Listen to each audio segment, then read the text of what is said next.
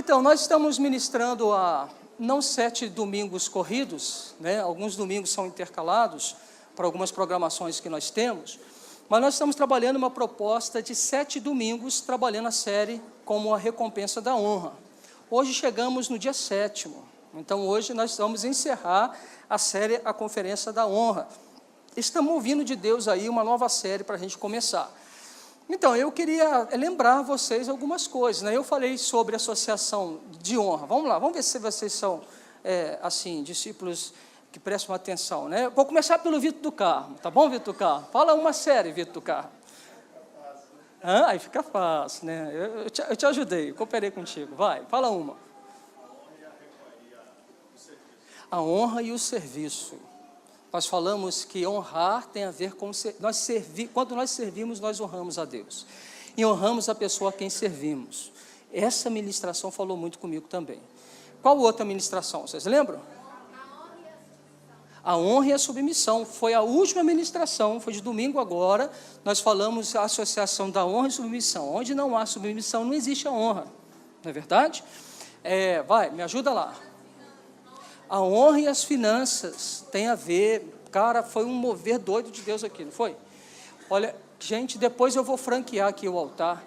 Deus tem feito uma revolução. Cada dia eu escuto um irmão, uma irmã, falando a respeito do que tem gerado a sua generosidade em Cristo. Pessoas que estão entregando muitas coisas, mas estão recebendo muitas outras coisas em Deus. Eu sentava com o Marcinho esses dias, o Marcinho estava contando para mim uns negócios muito loucos. Eu falei assim, Marcinho, que doideira que está acontecendo. Posso contar um pouquinho, Marcinho, para eles? Posso? Posso? Tudo? Então tá bom. O Marcinho, ele tem sido cuidado pelo Senhor. O Marcinho passou aí uns tempos, ainda está passando um tempo de luta, de prova, né?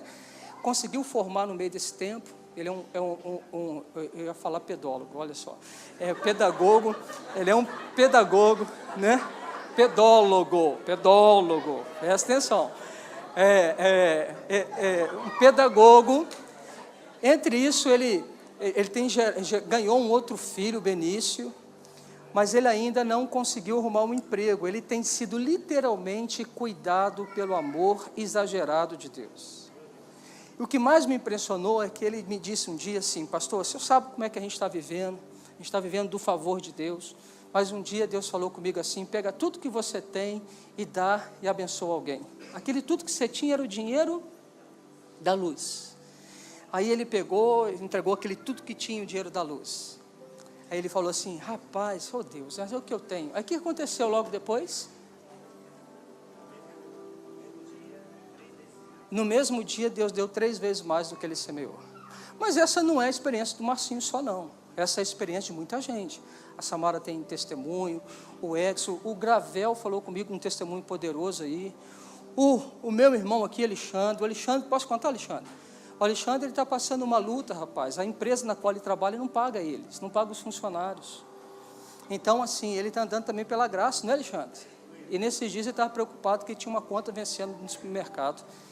Aí ele ligou para mim assim e falou assim, pastor, aconteceu um milagre, depositaram uma grana lá, está tudo pago. Eu fui pagar, falaram assim, está pago. Não foi, Alexandre? Então, a gente tem visto coisas tremendas acontecendo. Ontem eu estava com o pastor Ricardo Frois, o Ricardo Frois falou assim, Cadu, que poderoso, que é o jeitão dele, né? Vocês também foram abençoados, né? Rapaz, vocês estavam no aperto também, não estava? Era um dinheiro alto que vocês precisavam, não era? E aí, num culto, no mover de um culto, alguém foi e semeou na sua vida, na vida de vocês, não foi? Foi lindo, né? Os dois já são chorão, aquele dia choraram mais ainda, né?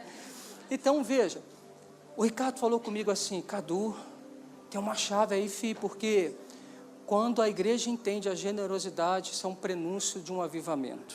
Eu arrepiei tudinho, falei assim, meu Deus, que troço louco.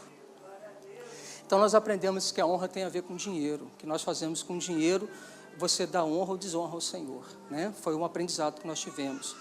Quer ver um que mexeu muito comigo? A honra e o propósito. Aquilo falou muito comigo, porque eu entendi que nós não podemos ser guiados pelas nossas necessidades, mas guiados por um propósito. E a gente honra a Deus quando nós somos guiados com um propósito. Nós cumprimos um propósito de Deus em nós. Essa foi que mais me bagunçou, mais mexeu comigo, né? Tem mais alguma que falta? Falta mais uma? Minha esposa, me ajuda aí. Qual que é? A honra no casamento. Rapaz, as mulheres assim... Eu tirei um 10 com as mulheres, não foi? Tirei um 10 com as mulheres, não foi? Foi, não foi? Foi, não foi, mulherada? Vocês ficaram felizes, ficaram? Rapaz, eu falei de sacerdote, entendeu? Eu falei assim, sacerdote. Rapaz, você só via mulher sorrindo. Eu acho que foi uma semana espetacular, e tem sido semanas espetaculares do que foi gerado a partir daquilo, né? Então, a gente aprendeu a honra no relacionamento. Olha, e tem pano para manga, a gente pode falar a honra no relacionamento de pais com filhos, a gente pode trabalhar a honra na amizade, mas aquele dia Deus nos direcionou para falar sobre a honra no casamento. Uma das séries que Deus tem trabalhado no meu coração para a gente trabalhar sobre família, sobre casamento. Nós estamos num Casados para Sempre, né? Está o Juninho, a Geise, o Onésimo, a Elidiane, eles são responsáveis por nós casados para sempre, não é isso? Todas as quintas-feiras, então a gente está ministrando sobre casamento também.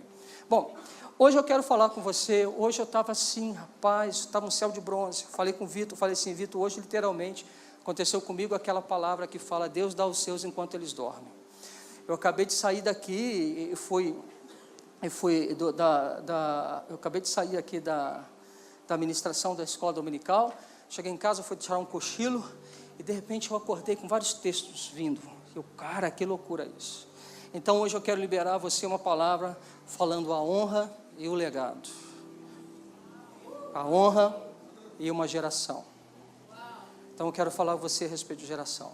Eu quero te dizer que nós honramos a Deus à medida daquilo que nós transmitimos. Então se você quiser anotar isso, já guarda aí. Honramos a Deus por aquilo que nós transmitimos. Tá bom? Uma palavra aí forte para começar. Honramos a Deus por aquilo que nós transmitimos. Amém, filho? Você pode ficar um pouquinho em pé? Eu quero orar com você. Eu quero gastar um tempinho orando com você. Enquanto você levanta, deixa eu te explicar uma dinâmica que nós estamos utilizando nos nossos cultos, né? Os nossos cultos, eu tenho falado com vocês, eu deixei de falar alguns domingos, mas é bom a gente falar para você entender. Nós estamos entendendo o lugar de ministrar na vida dos irmãos, ministrar sobre cura, aquilo que o irmão quer, abraçar, beijar, né? De botar a mão nas pessoas, chorar com as pessoas, sorrir com as pessoas. A gente está entendendo esse lugar. Então, geralmente, quando nós terminamos o nosso culto, com a pregação, e que a gente faz aquele momento de altar, né? A gente tem entendido que esse lugar agora já não tem mais hora para terminar. Nós vamos ficar aqui até quando tiver gente para ministrar. Você não é obrigado a ficar. Você não é obrigado a estar. Você não está fazendo assim uma heresia, indo contrário os céus e a terra, se de repente você sair e ir embora para sua casa. Não é isso, tá bom? De repente você precisa sair, você precisa pegar um ônibus, você fica na liberdade, você vai debaixo da bênção do Senhor. Mas se você quer gastar um tempo mais, se você diz, aquilo que a gente está falando, você quer dar uma chapadinha, quer dar um cheiro no cheiroso, né? Jesus é cheiroso, gente. A Bíblia fala que ele tem um cheiro dos lírios dos vales, né? Se você quer passar um tempinho mais pertinho dele, então você pode ficar aqui, tá bom? Amém? Então é o nosso combinado, tá bom, gente? Amém? Glória a Deus, aleluia. Você pode dar a mão à pessoa que está ao seu lado? Amados, toda palavra que nós ministramos, ela é carregada de um propósito, um coração de Deus. E a gente precisa, de fato, ter, que eu vou falar, explicar isso para vocês, a gente precisa de ter o espírito da profecia. A gente precisa, de fato, ser alcançado pelo espírito da profecia. É isso que vai transformar a gente. Então, se você crê nisso, ou se você começou a crer nisso agora, porque eu disse, eu queria que você orasse, não por você, mas que você orasse pela pessoa que está ao seu lado. Não é mais sobre você, é sobre a pessoa que está ao seu lado. Então, talvez você vai precisar perguntar o nome da pessoa que está ao seu lado, porque você não conhece ela. Né? Se você conhecer, tranquilo. Mas se você não conhece a pessoa, pergunte um pouquinho o nome dela. Fala assim, cara, como é que você chama? Se for nome engraçado, não ri. Tá bom? Não ri. Tá bom? Aí você pega e vai orar. Qual é a direção da sua oração? Senhor, destrava nela o discernimento das coisas espirituais. Você vai orar para que Deus te entregue uma revelação do coração dele. Ok?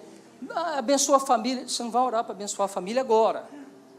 Mas o pastor falou que a gente não pode orar para a família. Não estou dizendo que você não pode orar para a família. Eu estou dizendo que nesse momento você ora, pedindo a Deus para entregar uma chave de uma revelação ao coração do seu irmão. Só isso. tá bom? Amém? Você pode fazer isso. Então, ora agora em fé, em nome de Jesus. Pai, nós nos colocamos debaixo da Tua palavra. A Bíblia declara que a Tua palavra,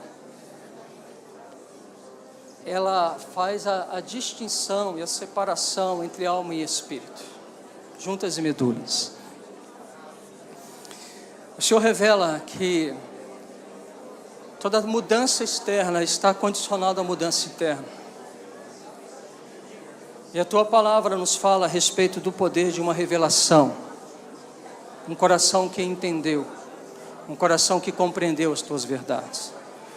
Eu te peço, Deus, que o Senhor libere agora sobre nós uma revelação. Espírito de Deus, a Bíblia declara a respeito de uma ação Tua, que o Senhor nos convence do pecado e que o Senhor dá testemunho sobre Jesus. Espírito Santo de Deus, testemunha Jesus para nós. Testemunha Jesus ao coração e ao Espírito dos Teus amados, e que a gente comece a viver por uma revelação. Pai, nós te pedimos isso em nome de Jesus. Amém. Glória a Deus. Aproveita, dá um abraço gostoso na pessoa. Elogia ele. Tem gente que passou mais de 3 horas em frente ao espelho. Então, olha aí e fala assim, ficou maneiro, o cabelo ficou bonito. Faz um elogio aí. Tem gente que botou uma camisa, não gostou, botou mais 5, não gostou. Lá pela 10ª que ele falou que tá legal. Então ajuda aí, dá uma elogiada aí, né? Fala assim, cara, bacana. Hoje eu resolvi vir todo florido e rasgado. O Geraldo encontrou comigo e falou assim, pastor, eu vou comprar uma calça para você. Eu falei assim, tá bom. Né, Geraldo? Geraldo, a gente estava brincando ali, conversando, e falou assim, ô pastor, eu tenho uma calça lá para te dar, cadê ele? Eu falei assim, amém, né? Amém. Então, pode semear uma calça nova. Em nome de Jesus. Amém, gente. Vamos lá. A gente tem vivido dias, assim, de muitos impactos. A gente tem vivido dias de muita visitação e muita coisa nova que o Espírito Santo de Deus tem trazido no nosso espírito. É como que de um momento ao outro a gente começa a ver as coisas como nós não vimos e começamos a entender alguns assuntos como nós não entendíamos. Existe níveis de revelação que é dado a cada homem e a cada mulher. A Bíblia fala sobre o leite espiritual, mas a Bíblia também ela fala sobre o manjar, né? Ela fala sobre a substância, uma comida mais sólida. Então, quando ela fala sobre um leite espiritual e ela fala de um alimento mais sólido, ela está dizendo também sobre estações. Ela está dizendo sobre tempos em que nós vamos subindo de um nível de revelação em Cristo. E a sobre revelação, ela é algo muito importante, porque a gente precisa ser um povo de uma revelação. Preste atenção no que eu quero que você comece a entender. Todo o Evangelho ele foi escrito por revelações. Todas as experiências dos homens de Deus que eles tiveram umas experiências com Deus, revelações profundas do coração de Deus, e começaram a escrever isso que nós temos nas nossas mãos. Há um estudo que fala que tem 2 maneiras de entendermos a palavra que está diante de você. Pega a sua Bíblia e dá uma olhadinha para ela fala assim, existe uma palavra que é chamada rema, fala comigo assim, vamos começar com logos, fala assim, existe uma palavra que é logos. A palavra logos é a palavra escrita. Então você está diante de algum logos aí de Deus, está vendo? Abre aí, abriu, qual que está aí? Qual o texto que está aí, Geise? Salmo 131, você está diante de um logos. No Salmo 131 tem uma experiência de um homem que viu a grandeza de um Deus, que interviu na sua história, e ele está relatando essa experiência em um caráter de Deus. E aí ele colocou escrito aí, você está diante de um logos. Mas existe um termo que é a palavra rema, que é a palavra da revelação. A palavra rema é a palavra que nós ouvimos direto de Deus. É a palavra que vem direto ao nosso espírito. O logos pode se transformar num rema. Ó, Geraldo, você está aqui, né? O logos pode se transformar em um rema. Vocês já tiveram uma sensação, quer ver, isso acontece com vocês, vocês tiveram uma sensação assim, você lê um texto bíblico, e de repente você não está entendendo muito bem o que o texto está dizendo. Você leu sobre um assunto e você não entende. De repente, do nada, pode ser do nada mesmo, você está nos afazeres da sua casa, você está trabalhando, você está num culto, você está ouvindo uma canção, e de repente dá um insight. Você fala, uau, entendi. Caraca, é isso. E aquela palavra, ela vem na gente, ela faz uma revolução. Você fala assim, meu Deus, que loucura isso, agora eu entendi. Agora eu compreendi. Quantos de vocês já passaram por uma experiência assim? Deixa eu ver. Olha, vocês são pessoas de experiências. Vocês são pessoas de experiências com revelações de Deus. A revelação de Deus, ela pode ser com criança. Quando a gente está falando sobre a fase do leite, eu não estou dizendo que é a fase de criança de 2 ou 3 aninhos. Tem crianças que já estão tendo revelações com 2 e 3 aninhos. Essa é uma fase espiritual. Porém, eu estou convicto de que o céu está querendo se apresentar.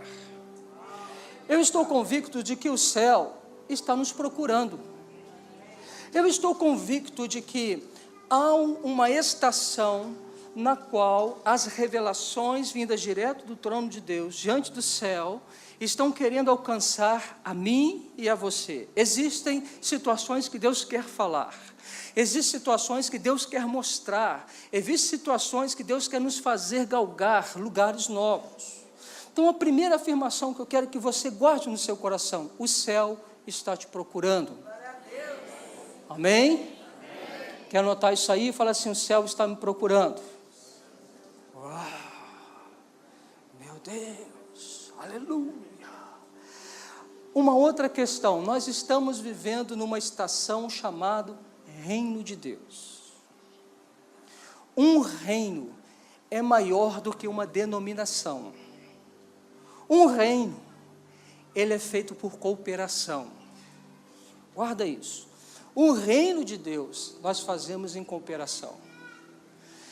Paulo, ele fala que nós somos cooperadores de Deus, lavoura de Deus. Nós fazemos junto com Ele. Olha que incrível. O céu nos procura. Jesus, quando Ele nos ensinou a oração do Pai Nosso, Ele fala assim, nos ensinou a orar assim: Senhor, seja feita a Tua vontade, assim na terra. Uau, fala de novo, fala para o seu irmão, fala assim: Ele nos ensinou a orar, que a vontade do céu seja manifesta na terra. Uau, isso é doido. Jesus está falando com a gente o seguinte, nos ensinando uma oração. Ele fala assim: filhos, começam a inquirir o céu. E comecem a buscar uma atmosfera do céu para que ela invada a terra. Começa a fazer uma revolução, trazendo o céu para a terra. Ora, Jesus mesmo, ele foi o enviado. Ele não subsistiu no ser igual a Deus, ele se tornou como eu e você, habitou nesse lugar. Então veja, o próprio Jesus, ele veio do céu à terra. Ele é o envio do céu manifesto na terra. Ele é a cultura do céu entrando na terra. Jesus, ele é exatamente a expressão de tudo que está no coração de Deus manifesto na terra. Então, quando eu olho para Jesus, a primeira constatação que eu tenho é o seguinte: ali tem um ambiente de céu, ali tem um ambiente profético, aqui tem um ambiente de revelações, aqui tem um ambiente de sobrenatural, aqui tem um ambiente de um ensino com uma autoridade como nunca ninguém havia ouvido. Uma das constatações a respeito de Jesus é, ora, afinal, Ele não nos ensina como quem tem autoridade. Escute algo. Jesus, quando Ele veio andar aqui na terra, o céu manifestava através de gestos, falas, todos os acontecimentos, o céu estava aberto, claro sobre nós. Aí você pergunta: então o céu, ele deixou de ser uma visitação para a terra? Porque Jesus morreu e ele foi assunto aos céus, então agora a gente só vai viver o ambiente do céu quando nós morrermos e formos para o céu? Não. Ele disse o seguinte: convém que eu vá, para que o Consolador venha, e o Consolador em vindo, ele nos ensinará todas as coisas. E lá em Pentecostes está dito a respeito da chegada do céu na terra. E vem o Espírito de Deus trazendo as grandezas do céu na terra. Tanto é verdade que aqueles discípulos e discípulas possuídos pelo Espírito Santo, todos ouviam-os falar as grandezas de Deus nas suas línguas maternas.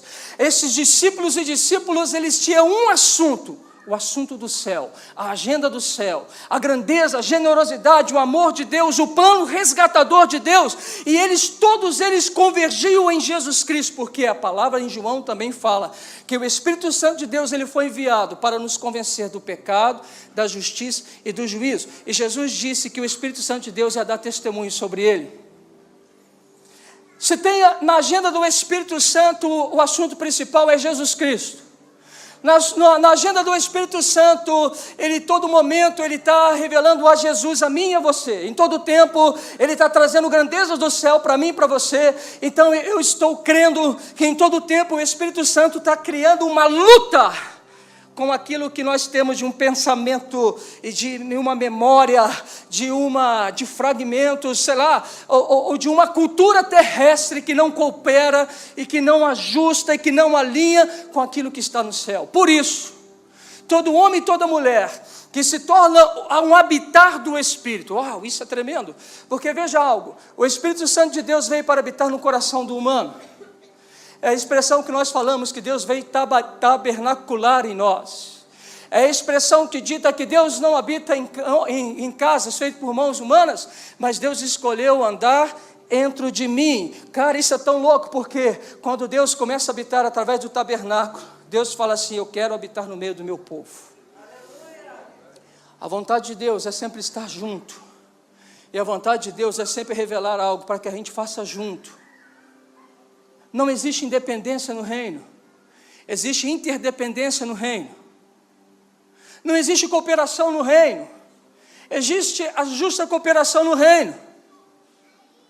O Evangelho, a palavra, Paulo explica para nós em 1 Coríntios, no capítulo 12, a respeito dos dons do Espírito, ele fala que todos os dons vêm de um só Espírito, que atribui e dá os dons como lhe aprouver, para um benefício. Então veja, o próprio Espírito ele sai distribuindo diversos dons, e quando ele recebe diversos dons, ele está fazendo convergir todos os dons para cumprir um único propósito, mas tudo vem de um só, tudo vem do Espírito Santo de Deus. Escute algo, quando tem o advento da Torre de Babel, você lembra disso, Torre de Babel, lembra a história da Torre de Babel? Qual era o rolo na Torre de Babel? Qual era o rolo do Torre de Babel? Fala para mim, qual que era? Eles queriam construir uma torre que alcançasse os céus, correto? Eles estavam querendo produzir honra a quem? A eles mesmos, porque eles falam assim, vamos tornar o nosso nome célebre, conhecido na face da terra. No advento da Torre de Babel, o que acontece? Deus está lá em cima, Deus está olhando, e Deus falou assim, não há limite por intento do coração desses homens. Então, desçamos e os confundimos. E a partir daquele momento houve então línguas estranhas, de não compreensão. Agora o que um falava, o outro não entendia. Então aquilo foi bloqueado, o intento do coração foi bloqueado, porque Deus dispersou a turma. E Deus falou assim, a minha versão atualizadíssima, Deus olhou e falou assim, vamos parar com essa palhaçada, chega. Aí um começou a falar japonês, o outro falou português, o outro falou lá sei lá o quê, e eles começaram a bater cabeça, eu não entendia. Aí de repente um falou um negócio, você está me xingando, rapaz? Ele falou na língua dele, rapaz, esse cara me chamou um nome esquisito, não só isso não, e pá, saiu no buléu, saiu rolando lá e tal, inimizade, eles separaram e acabou o projeto dos homens. Cabeça fértil demais, né?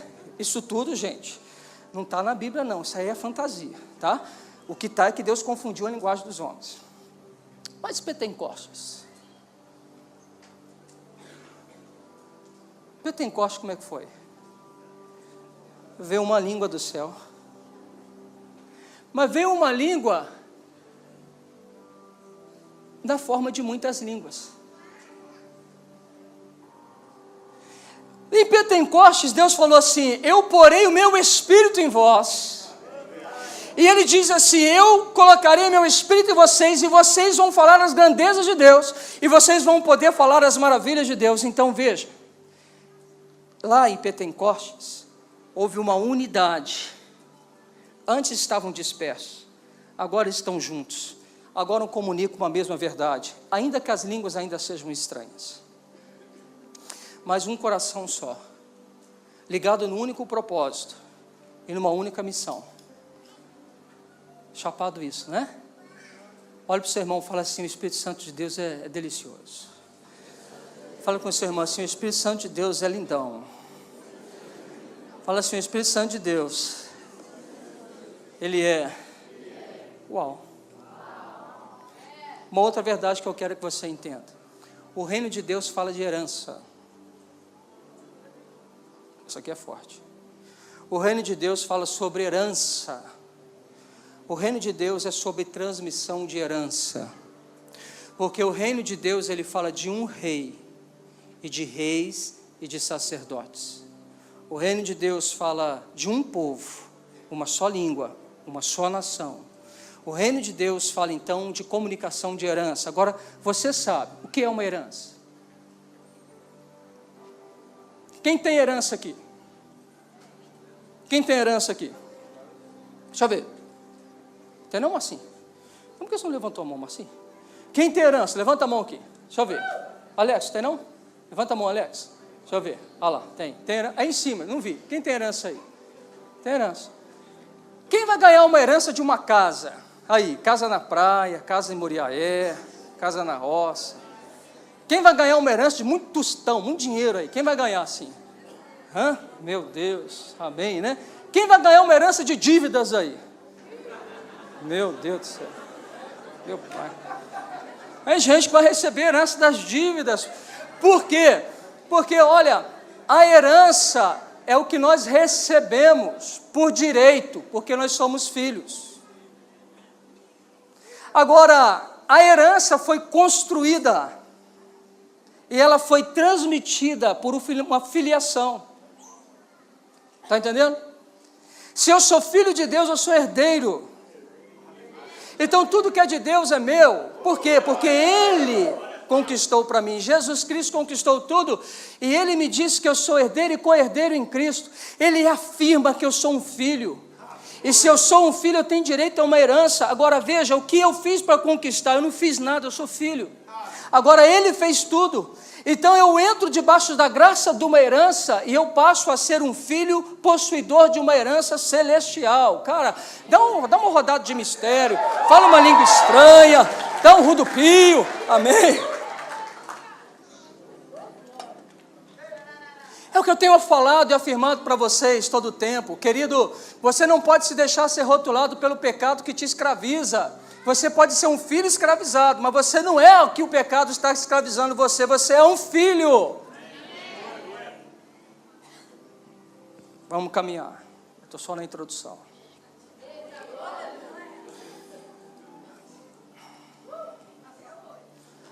Preste atenção em outra coisa. O reino de Deus tem a ver com paternidade. Olha para o seu irmão e fala assim: o reino tem a ver com paternidade. Marcelo, me ajuda aí. Coloca Deuteronômio 23, versículo 2. Se você quiser, eu acho que vocês são mais rápidos do que o Marcelo. Deuteronômio 23, versículo 2.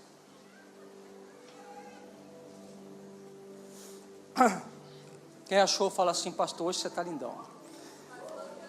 Obrigado, obrigado. I love you. Hashtag, nós estamos juntos até o fim. Mesmo rasgadão, eu estou bonitão. Hã? Amém. Ah, Jesus olha para mim e fala assim: filho bonito. Por quê? Porque o Pai olha para mim e fala assim: foi eu que fiz. Ele é a expressão da minha glória. Uau! Isso está muito resolvido em mim. Oh, você acha que Deus ia fazer um estragado? Fala aí. Deus ia fazer um estragado? Você se acha estragado? Então você é a expressão da glória.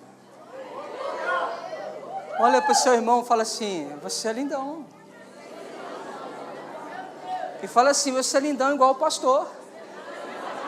Eu também sou. Por que eu não sou? Por que vocês estão rindo? Meu pai me fez lindão. Ué, o Wander até sem cabelo ele é lindo, mas com cabelo fica... aguarde e verá. Achou aí? Deuteronômio 23, 2. Achou, Marcelo? Veja só o que diz esse texto.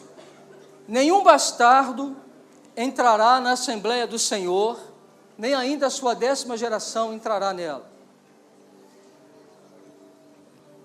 Eu quero trazer primeiro à luz a você o estrago de uma não paternidade. Eu quero mostrar para você os efeitos de pessoas que não andam debaixo de uma paternidade. O texto está dizendo do bastardo. O bastardo é o filho ilegítimo, é aquele filho gerado fora de uma aliança, de um casamento. Esse é o bastardo. Mas a Bíblia está afirmando que o bastardo não entrará na Assembleia do Senhor até sua 10ª geração. Então, eu vou falar de geração com você. Uma geração, os estudiosos falam que ela dura 40 anos. Então, são quantos anos aqui? Quantos anos? 10ª, são quantos anos? Vem comigo, guarda essa chave. Ali está falando que nenhum bastardo entrará na Assembleia do Senhor, nem a sua 10ª geração. Se uma geração são 40 anos, 10ª geração estão falando de 400 anos. Guarda essa informação, um pouquinho você vai usar ela. Agora veja, qual é o coração do bastardo? Qual é o coração do filho ilegítimo?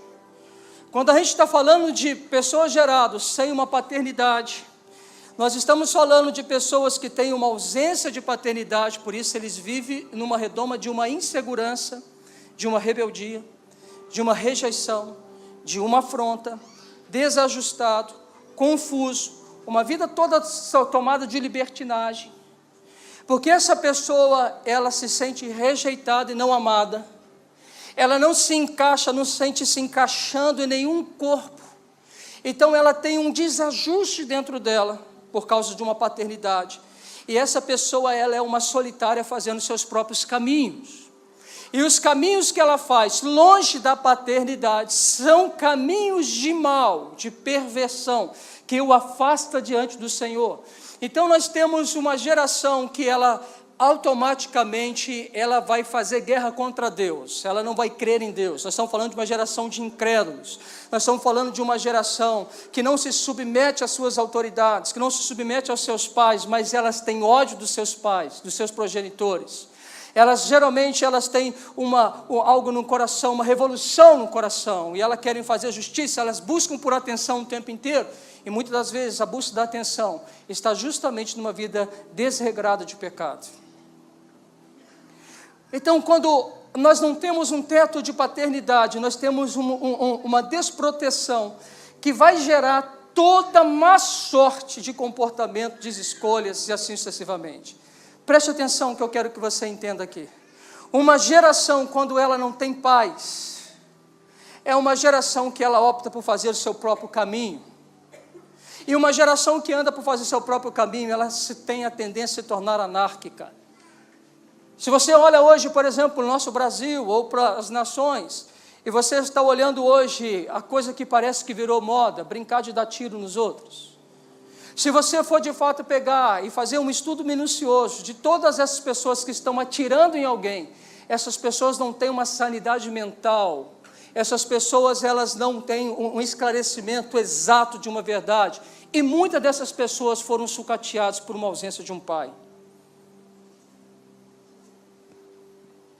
Mas eu não vou me ater muito na bastardia, eu estou só te dando uma visão ampla sobre o que é bastardia. Mas eu quero que você comece a entender o seguinte: a ausência de uma paternidade gera um ambiente terrível.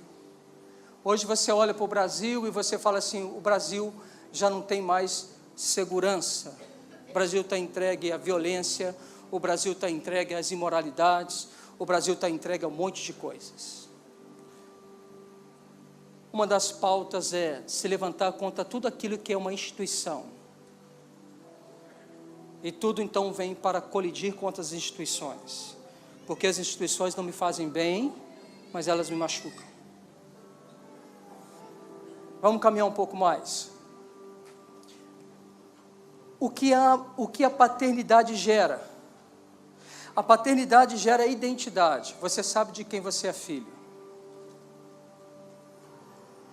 Quando eu sei de quem eu sou filho, quando eu sei quem é o meu pai, e quando o meu pai ele é bom comigo, e como eu tenho um relacionamento com os meus pais, e todo relacionamento sadio com os meus pais, ele vai gerar um outro ambiente, que é o ambiente da liberdade.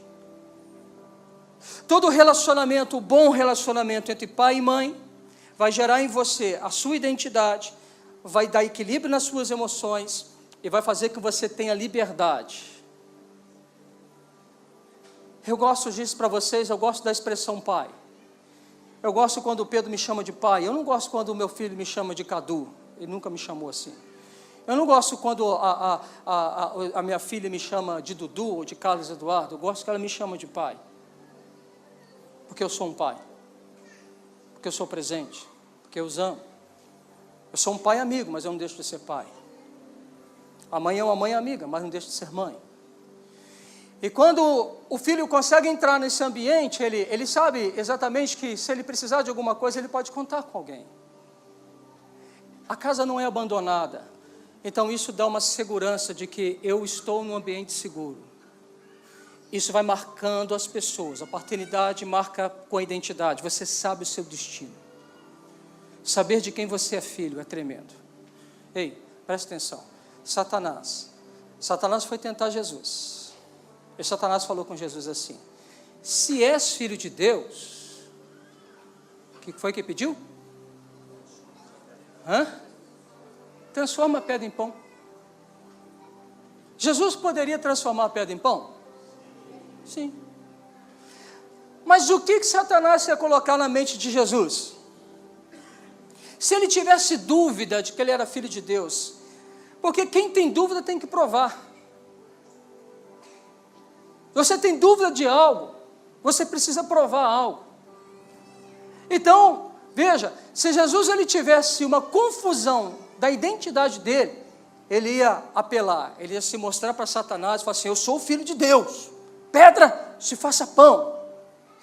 Uau, mas Jesus não é guiado pela voz satânica, Jesus é guiado pela voz de Deus. Jesus é guiado pela clareza da sua identidade, e ele é filho, e ele não precisa mostrar que ele é filho, porque ele é filho. É mais ou menos alguém que quer provar que é filho de alguém, precisa fazer o exame de DNA. Jesus não precisava de exame de DNA, ele simplesmente sabe de quem ele é filho, e isso fez com que ele vencesse as tentações de Satanás. Terceiro ponto, a paternidade gera herança. Fala comigo assim: herança. Que gera destino. Fala comigo: destino. A paternidade, então, ela te dá segurança. Vem? Segurança, liberdade e destino.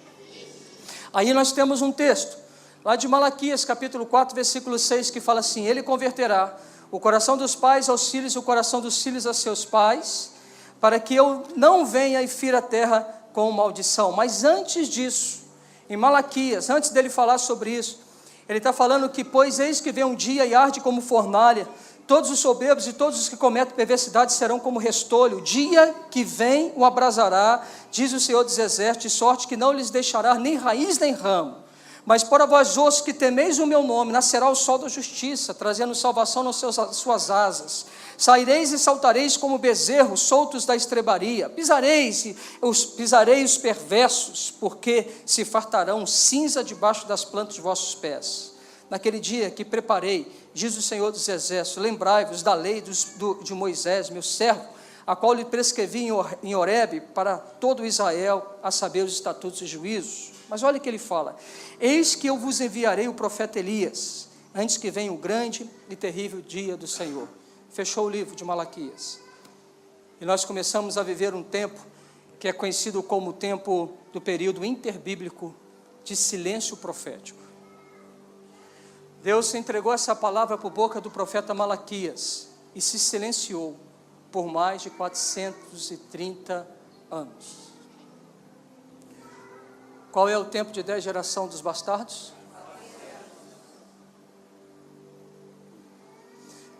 Quando há o silêncio profético, eis que vem uma voz no deserto. Eis que vem aquele que clama no deserto. Eis que vem aquele que prepara o caminho do Senhor. Quem aparece em cena? João Batista. E ele vem pelo espírito de Elias, porque o espírito de Elias é o espírito do juízo e da reconciliação, e o espírito de Elias é justamente o espírito que faz a conversão de coração dos pais aos filhos. Então veja, quando Deus fala, Ele inaugura um tempo profético de uma paternidade que começa a ser inaugurada. Nós estamos diante de um tempo da paternidade, nós estamos no tempo da conversão do coração dos filhos aos seus pais, nós estamos diante de um tempo onde a palavra profética, ela é paternidade. Deus está curando uma lacuna no coração de pessoas que estavam debaixo de um teto da não paternidade. E Deus disse assim agora: eu enviarei o Elias. O profeta do Elias veio por João Batista, e João Batista pregou o arrependimento, e ele preparou o caminho do avivamento chamado Jesus Cristo. E Jesus Cristo, ele veio trazendo o céu, e quando ele traz o céu, ele veio trazendo verdadeiramente as realidades do céu, a paternidade do coração do Pai, e ele começou a olhar para os seus filhos na graça, e não mais condenando e mandando ninguém para o inferno, mas ele veio removendo as pessoas do inferno. Guarde uma coisa em seu coração: por que ele não veio para condenar? Porque o estado já era de condenação. Ninguém condena o que já é condenado. Ele não apaga o pavio que fumega e nem pisa na cana. Ele não destrói aquele que já está para ser destruído, mas ele restaura, ele cria os renovos. Então, Jesus, ele veio no tempo profético chamado tempo profético da paternidade. Guarda isso. O Espírito Santo de Deus me faz lembrar uma coisa. Romanos, ele vai dizer assim: e o Espírito do Pai, agindo no teu espírito, faz você clamar: Abba, Pai, Paizinho. Qual é a função do Espírito Santo de Deus? Te ligar ao seu Pai, fazer você olhar para Deus e dizer: Paizinho. Nós vivemos o tempo profético da paternidade, nós vivemos o tempo profético dos guias, nós vivemos o tempo profético da voz que guia, e toda pessoa que está fora de um teto profético da paternidade está confusa, não sabe por onde andar, não tem senso do seu destino. Essas são as pessoas que amam o seu próprio estômago, amam as suas próprias ponderações. Uma tradução que a Bíblia fala a respeito de tais pessoas é como um jumento selvagem que não se deixa domar. Então o Pai, ele veio consertar algo quebrado dentro do coração das pessoas. Guardou isso? Amém? Tem um pouco mais. Quando eu leio Provérbios 22, 6, eu leio isso: ensina a criança no caminho que deve andar, e ainda velho, não vai se desviar dele. O Senhor está falando a respeito da paternidade. O Senhor está dizendo o seguinte: ensina a criança, coloque ela do seu lado, coloque ela perto, ensina e transmita valores do reino. Porque uma vez que uma criança ela é ensinada na verdade, um dia quando estiver velho, ele não vai se afastar da verdade. Então lá em Provérbios já há um prenúncio, já é algo dito a respeito de um tempo profético. Ele fala assim: é o tempo do ensino. E quando Jesus ele fala que vai para o Pai, em Mateus 28, ele vai dizer assim: ide portanto por todo mundo, pregai o evangelho a todas as nações, ensinando-as a guardar tudo o que eu os tenho falado, tudo que eu tenho testemunhado vocês. Então veja, o mandato missionário de Jesus, a sua igreja profética no manto da paternidade é: vão, preguem o evangelho, preguem a todo mundo, façam discípulos e os ensine a guardar todas as coisas que vos tenho ensinado. Você pode dar um glória a Deus? Eu estava com uma frase ainda incompleta na minha mente. Quando o Espírito Santo de Deus veio sobre mim, quando eu dormia, veio uma frase assim, ela veio: o que uma geração tolera, o que uma geração tolera, o que uma geração tolera. Aí eu falei assim: Deus, o que uma geração tolera, o que isso quer dizer? Aí eu fui para o Google, e o Google completou para mim, Mas para minha surpresa, eu não sabia de quem é essa frase. E acho que você vai ficar surpreso. O que uma geração tolera, a próxima geração aceita. Quem falou? John Wesley. O que uma geração tolera, a outra geração aceita. Escreve isso. Isso é doido.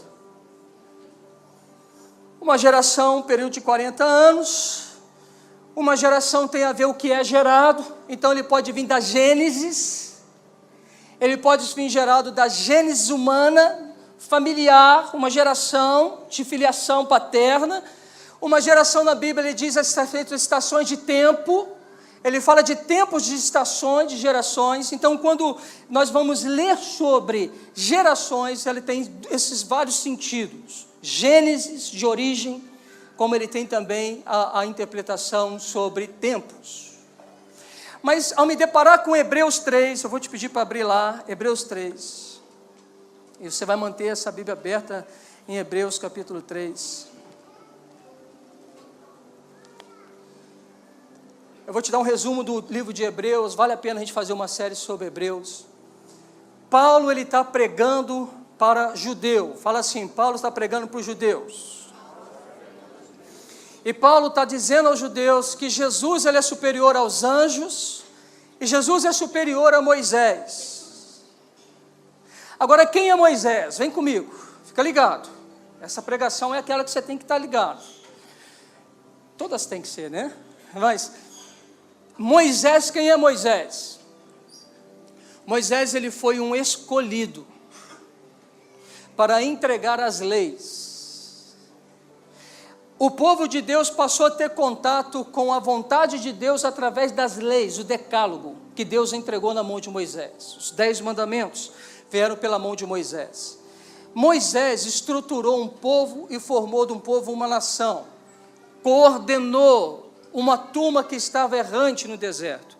Moisés, ele começou a colocar ordem, e ele, de uma certa maneira, ele foi criando aquilo que também dá sentido de uma família, casa como família. Então ele foi gerando uma família com o DNA do coração de Deus. Então Moisés, ele é um homem que andou com Deus durante 40 anos da sua vida. Uma geração que Moisés está ensinando. Moisés, ele pegou o início de uma geração, ele se findou com uma geração e passou o bastão na mão de Josué para que ele desse andamento a uma nova geração, que é a geração que entra em Canaã. Está ouvindo? Está entendendo isso? Agora olha que loucura, quando nós olhamos para Moisés, ele representa uma geração que recebeu a lei, que por ela foi guiado. Moisés foi enviado para fazer a lei, com que isso ele se tornou uma grande referência. Você vai conversar com um judeu hoje, ainda hoje, ele vai falar de Abraão, vai falar de José, vai falar de Moisés. As suas 3 grandes referências do povo judeu hoje. E muitos deles não reconhecem Jesus como filho e o Messias. E o judeu não cristão, é o judeu que não acredita que Jesus é o Messias. Eles estão esperando o Messias até hoje. Então ele é aqueles que têm a lei, mas não têm um discernimento da lei. Aqui que eu quero chegar. Aqui que eu quero que você entenda algo. Moisés deu testemunho de Jesus, deu. Moisés falou de Jesus, deu. A lei não te dá uma filiação. Conhecer a Bíblia não te faz um filho. Conhecer a lei não te credencia a ser filho. A Bíblia fala que a lei foi dada por Moisés para servir de aio, tutor. Aquele que pega na mão de alguém e o leva a outro alguém. A lei, ela não tem o poder de te salvar. A lei, ela só tem a ação de te mostrar que você precisa de um Salvador. A lei, ela é um grito, uma denúncia sobre o pecado e a consequência do pecado, e ponto, ela para aqui. Isso é lei. A lei, ela para nisso. Existe um pecado, você é pecador, e ponto. Mas os profetas, eles estão falando a respeito da salvação, eles estão testemunhando Jesus. Moisés está aplicando uma visualização sobre Jesus, eles estão apontando para um tempo que haveria de vir. Ele está falando do justo. Uau, ele está falando que você precisa ser justo. Ei, entenda? Mas entenda uma coisa, na realidade o que Moisés está dizendo, que a gente precisa ter o justo. Não é pela sua justiça, é pela justiça dele. Na realidade, o que ele está dizendo para mim, para você é o seguinte: olha, a salvação é para o justo, sim, mas quem não foi pego pelo pecado foi sequer Jesus Cristo. Tanto que o pecado não o prendeu, que ele ressuscitou, e agora ele tem graça, ele tem poder de dar salvação e justiça àqueles que, como eu e você, estávamos condenados. Por isso, Jesus não veio para condenar, Jesus veio para absorver. Jesus veio para dizer a mim e a você o seguinte: ei, eu vim, desci nessa terra, eu vim como um apóstolo, porque Hebreus vai falar que ele é apóstolo e sumo sacerdote, vai dizer que ele é enviado. Então ele fala assim: eu vim inaugurar o tempo apostólico, e quando eu vim como trazer o tempo apostólico, eu vim para anunciar a salvação aos perdidos, a remissão aos perdidos. Então, vinde a mim, e todos aqueles que vão a ele recebem justiça. Cara, o negócio é tão louco, que não é que você, naquele momento que você recebeu, você já se tornou justo de não errar mais, você se tornou justo no caráter da justiça do justo. Quando eu comecei a entender essa verdade, eu falei assim: pai, mas só isso, eu não preciso fazer nada, eu não preciso, Senhor. E eu ficava louco quando eu comecei a entender esse termo chamado justificação, até que o Senhor aquietou meu coração e falou assim: é a minha graça. Porém, o nosso relacionamento é uma esfera de paixão e amor. Então, Moisés, ele está tocando em Jesus na figura do justo, do apóstolo.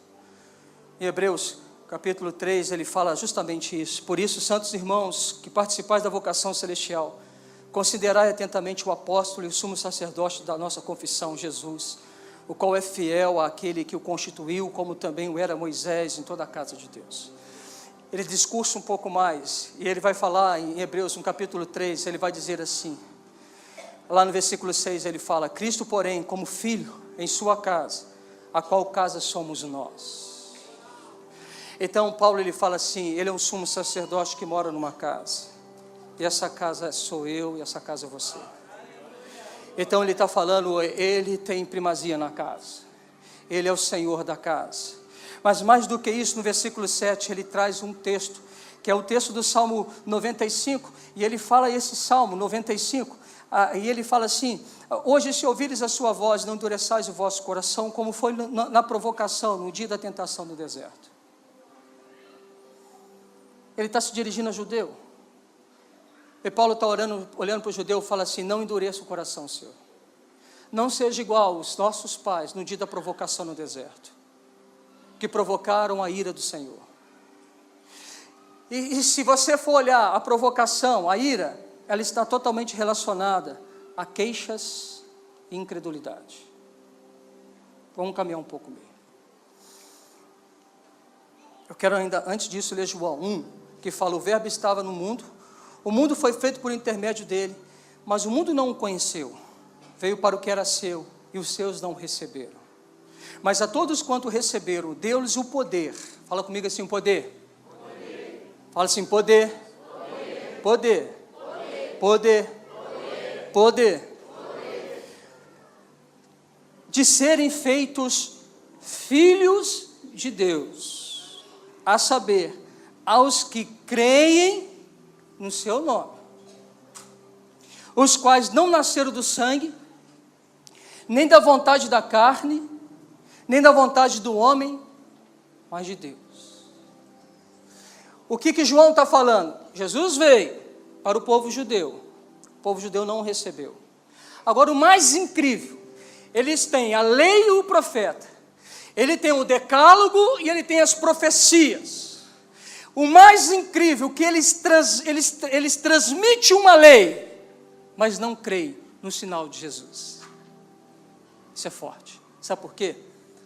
Porque conhecer algo não significa que você transmite o espírito da profecia.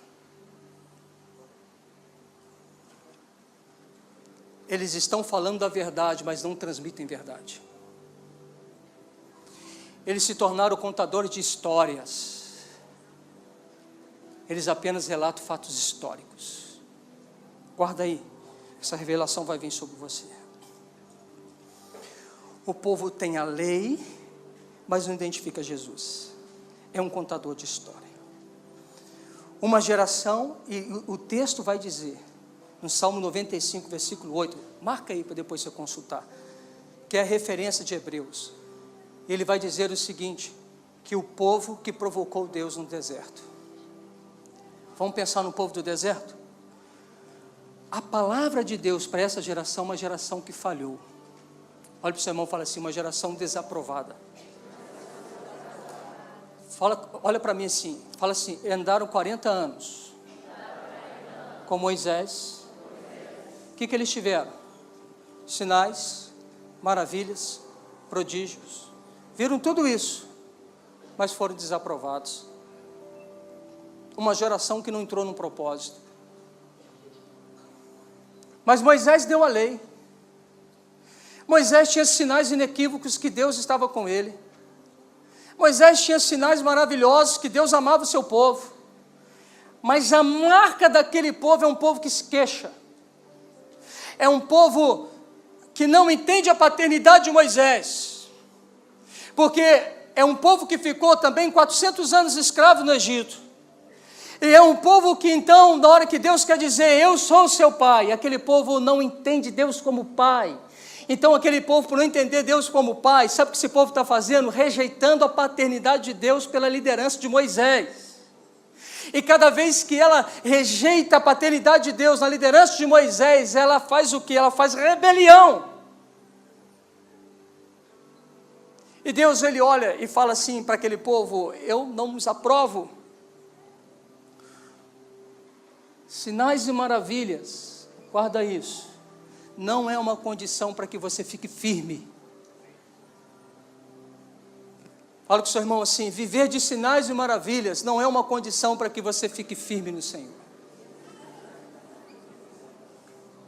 Mas Deus é Deus de sinais e maravilhas. Quero te perguntar, a transmissão somente da história é capaz de fazer fluir um fluxo apostólico? Por que eu estou usando apostólico? Por causa de Hebreus, que está falando Jesus como apóstolo, como envio apostólico. Porque o apóstolo está trazendo as realidades do céu para a terra. Você conhecer uma história te dá capacidade de você transmitir um fluxo apostólico? Não? Por quê? Por quê? Vem cá. Você conhecer a Bíblia, de Gênesis a Apocalipse, te dá a condição de você transmitir um fluxo apostólico? Por quê? Porque a questão não é conhecimento. Porque a questão não é o que você sabe. A questão é com quem você anda.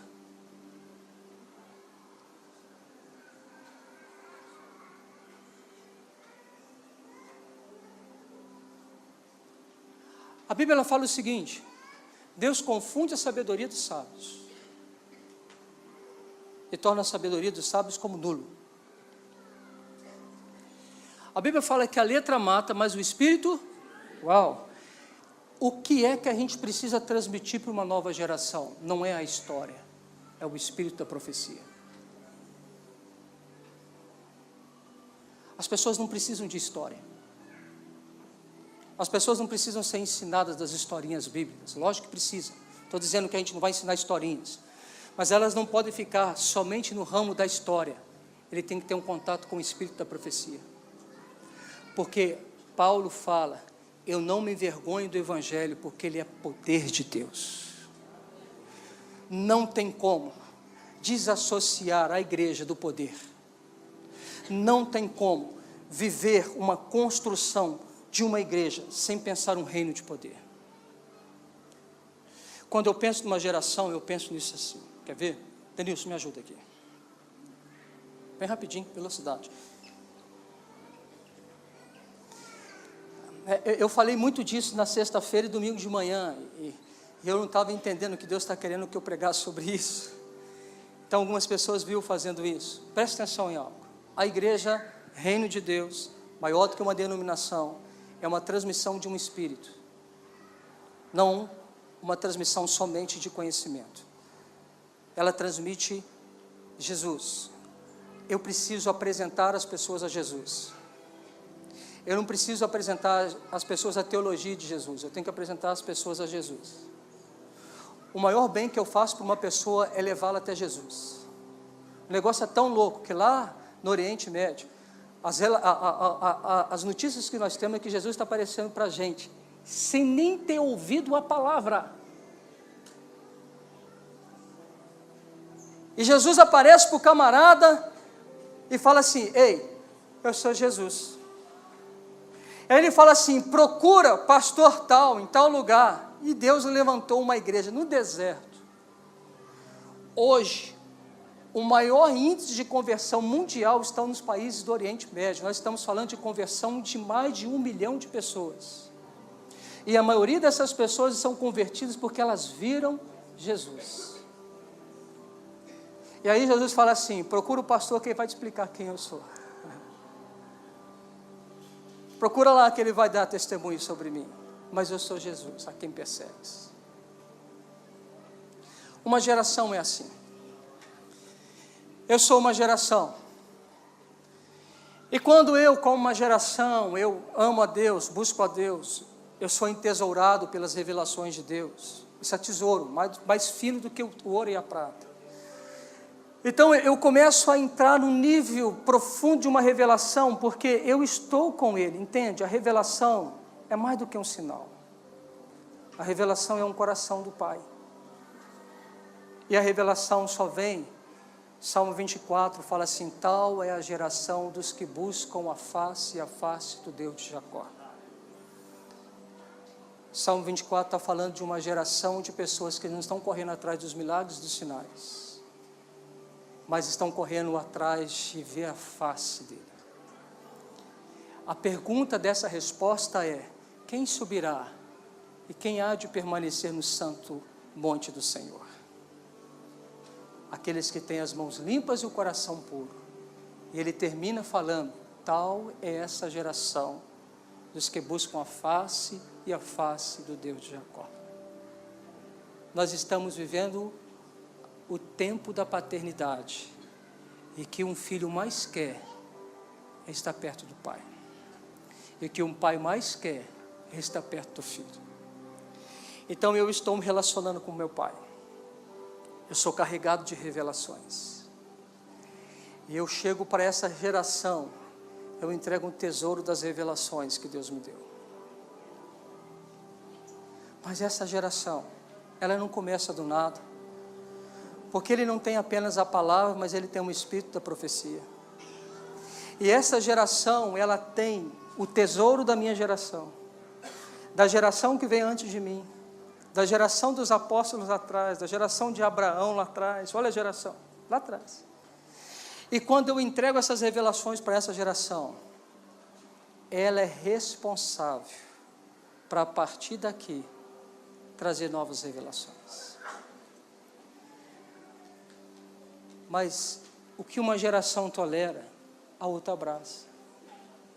Quando nós somos uma geração que não transmitimos o espírito da profecia, mas só transmitimos um conhecimento vazio de poder, nós estamos gerando uma geração de filhos bastardos, confusos, sem destino, crianças, mimados,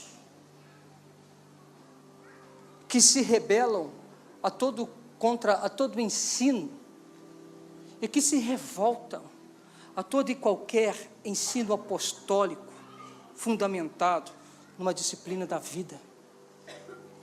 Porque uma geração que só teve palavra e não teve o Deus da palavra, não conhece o Deus, não conhece o espírito da profecia. Então essa geração não tem intimidade com Deus. Essa geração faz performance para Deus. Essa geração sobe para fazer show para Deus. Essa geração passa a ser uma geração de roubadores de Deus, que roubam da glória dele, porque estão provocando o Senhor, como no tempo do deserto, que se queixa de tudo, que não está satisfeito com nada, que não passa pelas provas, porque é uma gente mimada, sem profundidade. Mas quem é a culpa dessa geração? A geração que tolerou. A geração que tolerou o evangelho sem poder. Uma geração que tolerou o evangelho de tanto faz. Uma geração que tolerou.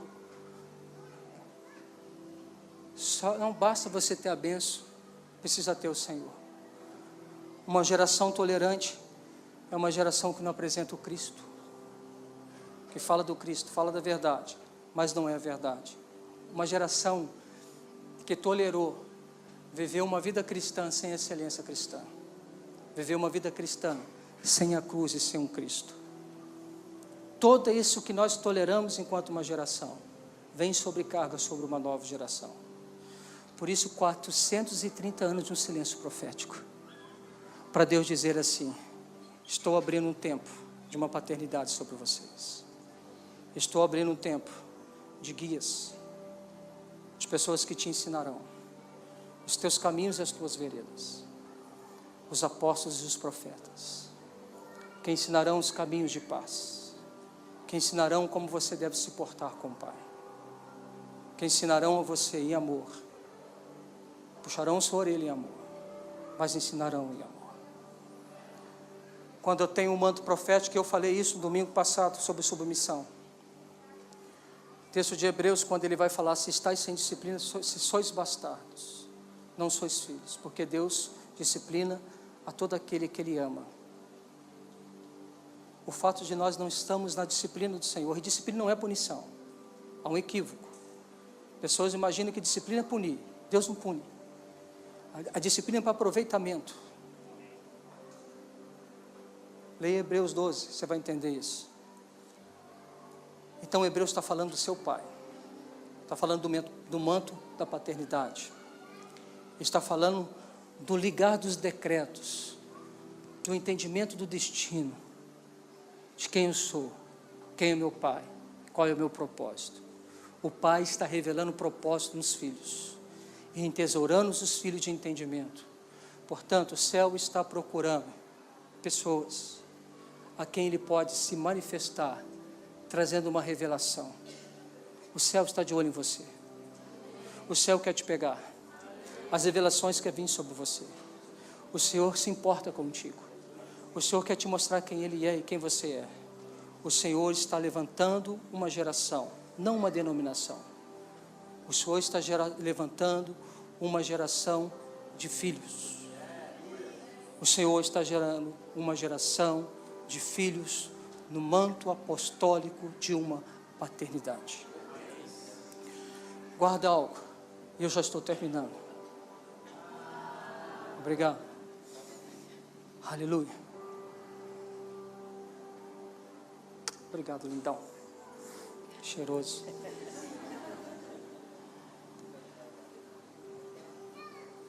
Apocalipse 19:10 fala assim: pois o testemunho de Jesus é o espírito da profecia. Ha! Sabe o que ele está falando? Sabe o que o lindão está falando? Tudo que o Espírito de Deus falou da boca dos profetas, eles falaram de mim. Eu sou o testemunho da profecia. Eu sou exatamente tudo aquilo que os profetas falaram e pregaram. Eu sou exatamente o que Moisés pregou. Eu sou exatamente o que Abraão ensinou. Eu sou exatamente tudo o que os profetas Jeremias, Isaías, Malaquias, tudo o que eles falaram, João Batista. Eu sou o testemunho da profecia. Eu sou o espírito da profecia. Olha que coisa linda, Hebreus 1:14, de 1 a 4. Havendo Deus outrora falado muitas vezes, de muitas maneiras, aos pais, pelos profetas, nesses últimos dias, nos falou pelo Filho, a quem constituiu o herdeiro. Nesses últimos dias nos falou a quem constituiu o herdeiro de todas as coisas, pelo qual também fez o universo. Sabe o que Paulo está falando em Hebreus? O tempo do filho. O tempo do herdeiro. Paulo está trazendo para a gente um entendimento muito louco. Ele está falando assim: agora nós vivemos o tempo profético dos filhos ministeriais. Nós vivemos o tempo profético da paternidade sobre as nossas cabeças. Nós vivemos o tempo profético das heranças. Você precisa entender que você tem que se mover na herança de um filho e não na construção de que falaram de você. Você não é o rótulo de um pecado, você é um filho que tem herança. Então, ou você entende que você não pode vencer um pecado, ou você entende que a herança de um filho é subjugar aquilo que subjuga, ou você entende que você não consegue vencer uma tentação, ou você entende que o filho tem poder para vencer o poder de um pecado. A diferença é a mentalidade do filho. A diferença é que eu começo a olhar para mim e falo assim: eu sou filho, e como filho de Deus, eu tenho direito a uma herança, eu tenho direito a um poder de Deus, eu tenho direito a uma realeza, porque eu sou um sacerdote, eu sou um príncipe. E quando eu começo a olhar quem eu sou, então isso começa a moldar o que eu faço. Nós não estamos mais pregando literalmente assim: larga o pecado. Nós estamos falando com você: larga o pecado e seja filho. O eixo muda, porque antigamente nós pregávamos na estação dos evangelistas, eram ou você se converte ou vai para o inferno, e está certo, se não converter vai para o inferno. E aí as pessoas se juntavam de milhares e milhares dentro da igreja, e está certo. Essa pregação ela não está desatualizada, mas o que acontece é que diante dessa pregação, o Espírito está dizendo o seguinte: Ele está dizendo para nós assim: pregue o arrependimento, pregue o pecado, pregue faça guerra contra os pecados, leve as pessoas a largarem os seus pecados, mas dizem para eles que eles são filhos, ou uma outra tipologia, eles são a noiva do Cristo, e eu estou os preparando para o encontro. Então já não é mais saia do pecado, é saia do pecado e vai para o lugar secreto. Saia do pecado e vai se relacionar com seu pai. Saia do pecado, mas vai chapar na presença do pai. Vai conhecer o seu pai, para que o Espírito da profecia em você te faça você entender e dizer: Abba, pai, paizinho. Porque quando você começa a entender que você é filho, herdeiro e co-herdeiro em Cristo, tudo muda. Tudo muda, tudo altera, e tudo ao nosso redor é impactado por uma cultura do céu que invade a terra. Porque você é um filho, um cidadão do céu, porque você é possuidor de heranças celestiais. Então você começa a inaugurar um tempo celestial. Eu não sei quanto a você, mas isso me empolga muito. Eu não sei se você está entendendo isso. Você está entendendo isso, amém? Como trazer o avivamento? Como voltar para esse tempo? Uma vez eu escutei uma pessoa falando assim: as pessoas elas precisam ter paixão, porque é a paixão que move as pessoas. Eu falei pela manhã isso, vou repetir para aqueles que não estiveram de manhã.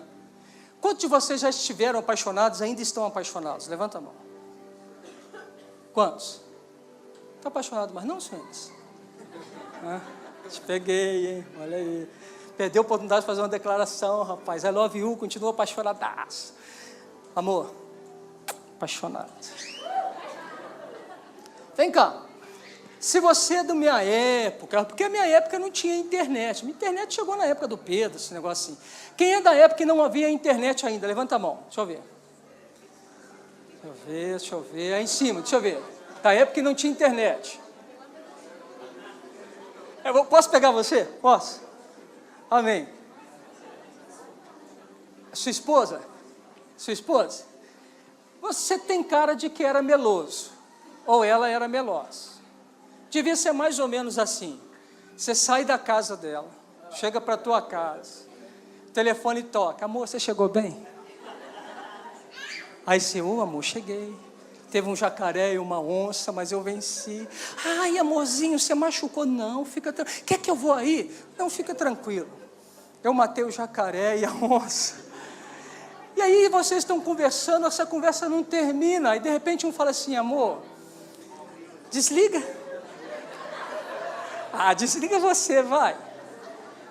Não, amor, desliga. Não, vai você, vai você, vai. Aí para acabar com aquilo, no 3, quando deu 3, a gente desliga. Então vamos lá, 1, 2, 3. Acertei? Olha só. Então veja, a gente era mais ou menos dessa época. Agora preste uma atenção, guarda isso no seu coração. A paixão é marcada por uma presença que nós queremos ter com a gente o tempo inteiro.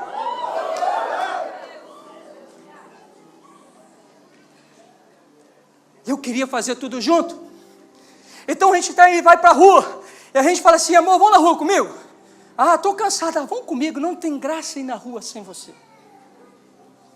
Amor, vamos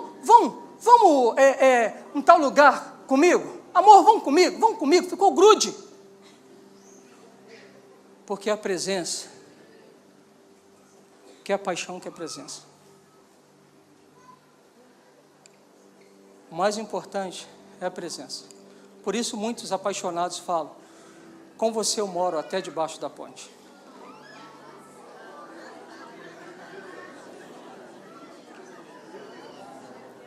Presta atenção. Talvez você foi um apaixonado. E talvez você conta a sua história hoje. Mas se você não tem mais paixão, você está contando uma história de um tempo que você teve uma paixão. E a sua história não toca mais ninguém. Porque paixão vê nos olhos. Porque paixão é fogo que nos consome. Porque a paixão nos faz falar do assunto o tempo inteiro. E quando nós estamos diante de alguém apaixonado, a gente sabe que ele está apaixonado, não sabe? Sabe ou não sabe? Ele quer chapar o tempo inteiro. Com Jesus, ele quer ficar com Jesus o tempo inteiro. Ele ama os teus atos. Eu amo a tua presença. Mas a paixão, se não mantida, ela se torna uma linda história de um dia de um apaixonado. E a história não transforma ninguém.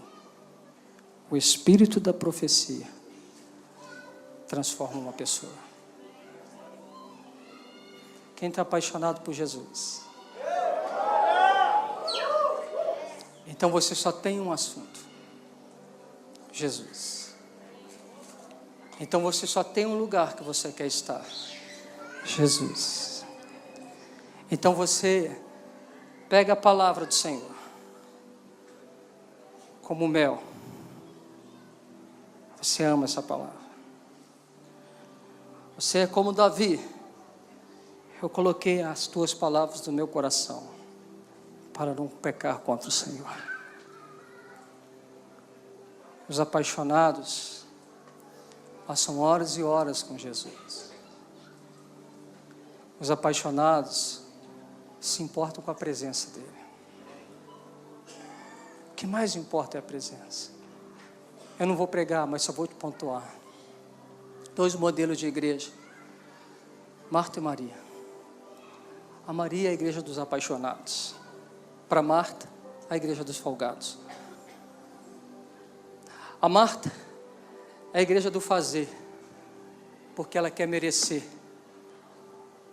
A Maria, ela é. Por isso ela não precisa fazer por merecer. Ela já é filha. Ela apenas estar com ele. Começou a tocar o negócio, tem que acabar. 2 igrejas. Eu entendo que nós estamos vivendo nesses tempos um eixo apostólico e profético que está mudando a igreja para uma igreja da noiva apaixonada. Uma linguagem, um coração, um destino. O mundo está mudando. A igreja está mudando. E a minha oração é: Senhor, não me deixe ficar fora. Eu quero estar sendo conduzido pelo vento, totalmente guiado pelo Senhor. Eu quero me gastar no seu amor.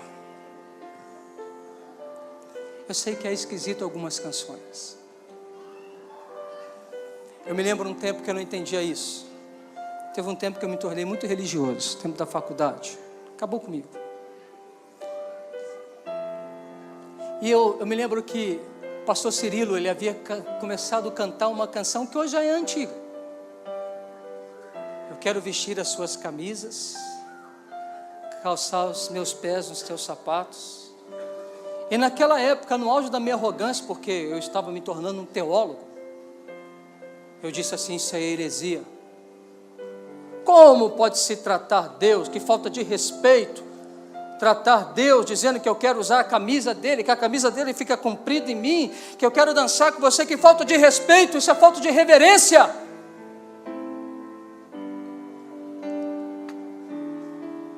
Mas a gente é tão tolo e bobo.